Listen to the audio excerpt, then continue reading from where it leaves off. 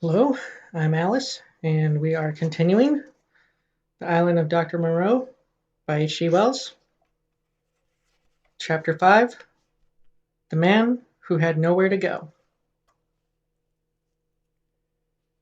In the early morning, it was the second morning after my recovery, and I believe the fourth after I was picked up, I woke through an avenue of tumultuous dreams of guns and howling mobs, and became sensible of a horse shouting above me.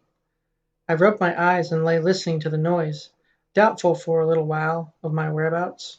Then came a sudden pattering of bare feet, the sound of heavy objects being thrown about, a violent creaking, and the rattling of chains.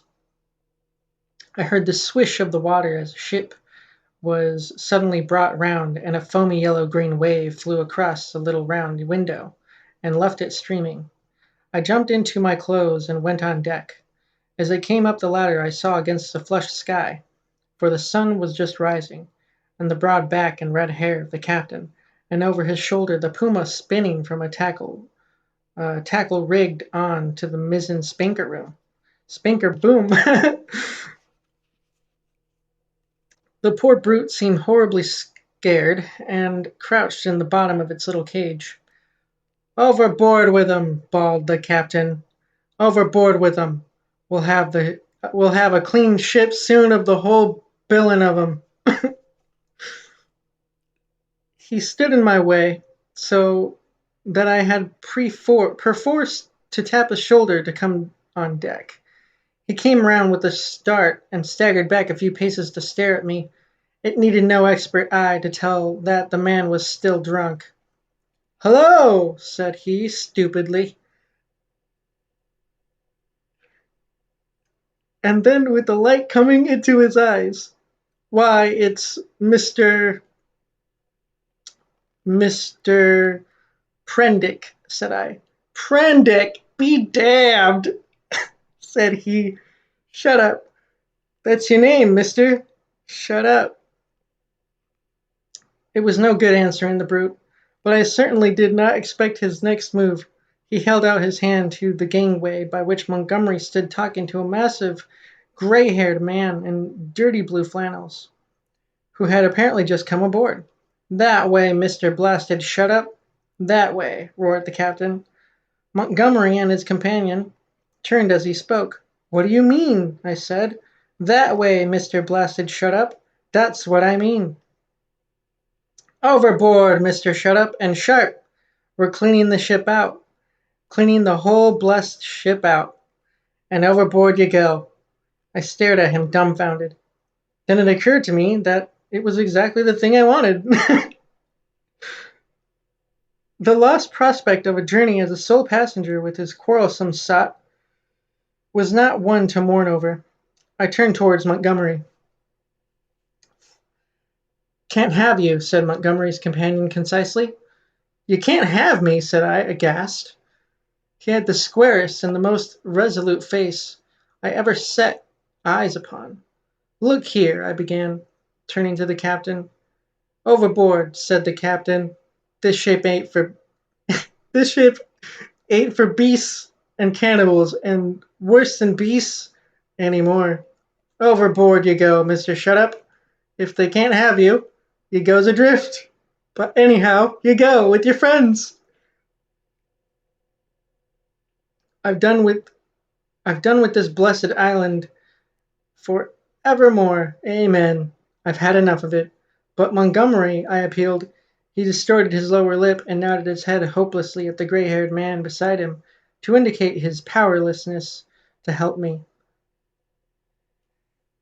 "I'll see to you presently," said the captain.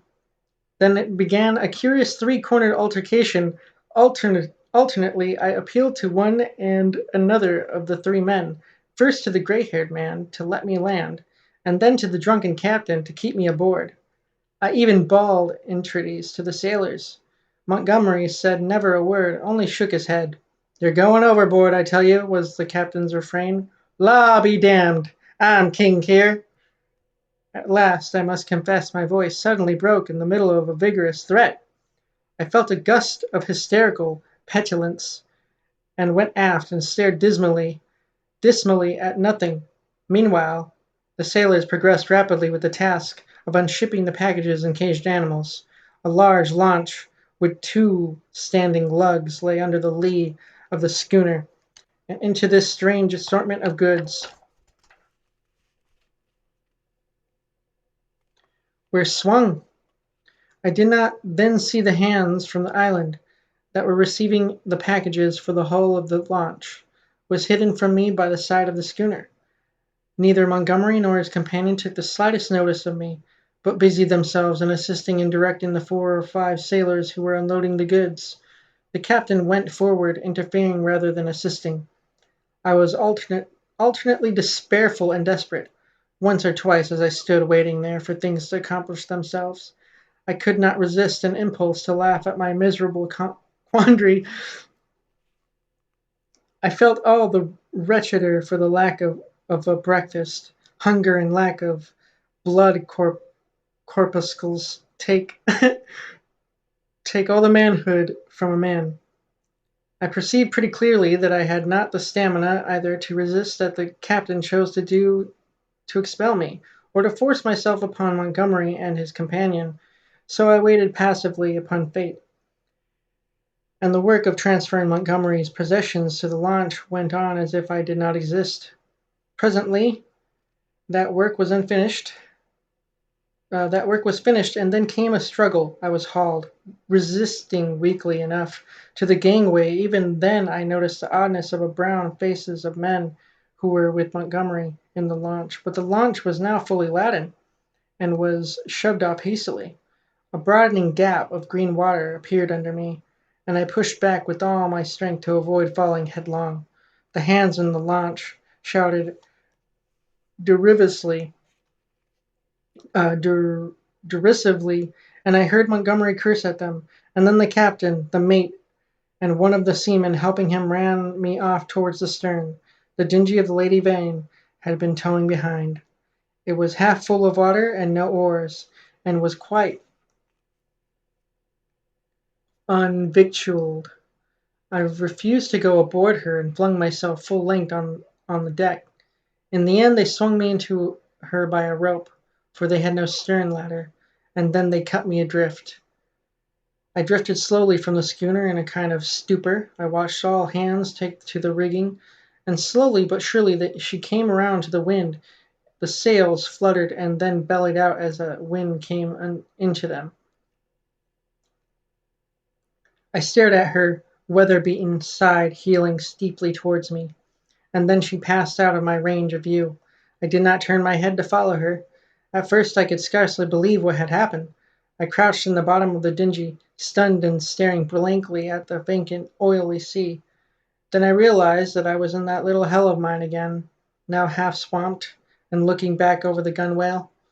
I saw the schooner standing away from me, with the red-haired captain mocking at me over the taffrail, and turning towards the island saw the launch growing smaller as she approached the beach.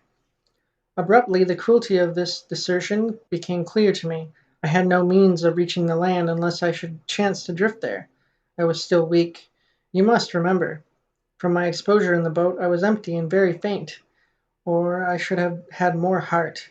But as it was I suddenly began to sob and weep, as I had never done since I was a child.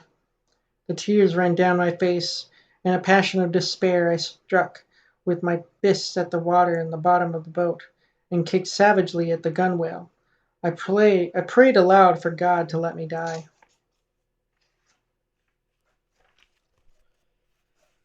And that's the end of chapter 5.